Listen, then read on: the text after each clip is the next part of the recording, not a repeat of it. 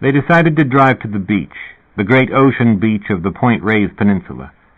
In Gloria's VW, with Gloria driving, it never entered his mind that she might on impulse wipe out him, herself, and the car, and an hour later sat together on the sand smoking dope. What Fat wanted to know most of all was why she intended to kill herself.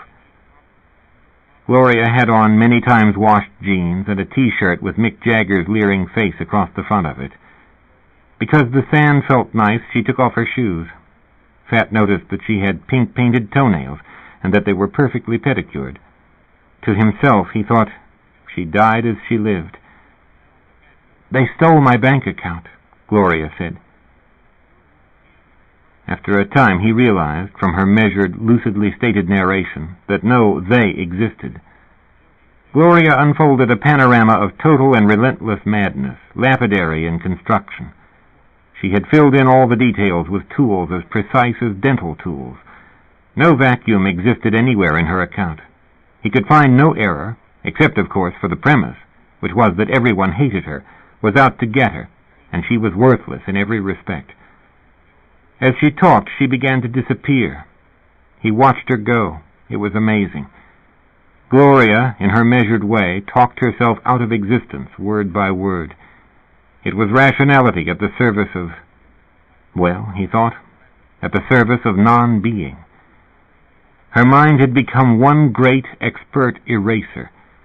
All that really remained now was her husk, which is to say, her uninhabited corpse. She is dead now, he realized that day on the beach. After they had smoked up all their dope, they walked along and commented on seaweed and the height of waves. Seagulls croaked by overhead, sailing themselves like frisbees. A few people sat or walked here and there, but mostly the beach was deserted. Signs warned of undertow. Fat, for the life of him, could not figure out why Gloria didn't simply walk out into the surf. He simply could not get into her head. All she could think of was the Nembutal she still needed, or imagined she needed. "My favorite Dead album is Working Man's Dead," Gloria said at one point. "But I don't think they should advocate taking cocaine. A lot of kids listen to rock." "They don't advocate it. The song's just about someone taking it. And it killed him, indirectly. He smashed up his train." "But that's why I started on drugs," Gloria said. "Because of the Grateful Dead?" "Because," Gloria said, "everyone wanted me to do it. I'm tired of doing what other people want me to do." "Don't kill yourself," Fat said. "Move in with me. I'm all alone. I really like you. Try it for a while at least. We'll move your stuff up, me and my friends. There's lots of things we can do, like go places, like to the beach today. Isn't it nice here?" To that, Gloria said nothing. "It would really make me feel terrible," Fat said, "for the rest of my life, if you did away with yourself." Thereby, as he later realized, he presented her with all the wrong reasons for living. She would be doing it as a favor to others. He could not have found a worse reason to give had he looked for years. Better to back the VW over her. This is why suicide hotlines are not manned by nitwits. Fat learned this later in Vancouver when, suicidal himself, he phoned the British Columbia Crisis Center and got expert advice. There was no correlation between this and what he told Gloria on the beach that day. Pausing to rub a small stone loose from her foot, Gloria said, "I'd like to stay overnight at your place tonight." Hearing this, Fat experienced involuntary visions of sex.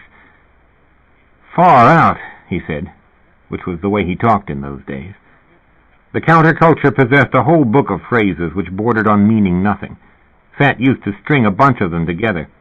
He did so now, deluded by his own carnality into imagining that he had saved his friend's life. His judgment, which wasn't worth much anyhow, dropped to a new nadir of acuity. The existence of a good person hung in the balance, hung in a balance which Fat held, and all he could think of now was the prospect of scoring. "I can dig it," he prattled away as they walked. "Out of sight." A few days later she was dead.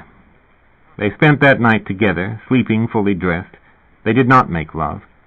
The next afternoon Gloria drove off, ostensibly to get her stuff from her parents' house in Modesto. He never saw her again. For several days he waited for her to show up, and then one night the phone rang, and it was her ex-husband, Bob. "Where are you right now?" Bob asked. The question bewildered him. He was at home, where his phone was, in the kitchen. Bob sounded calm. "I'm here," Fat said. "Gloria killed herself today," Bob said.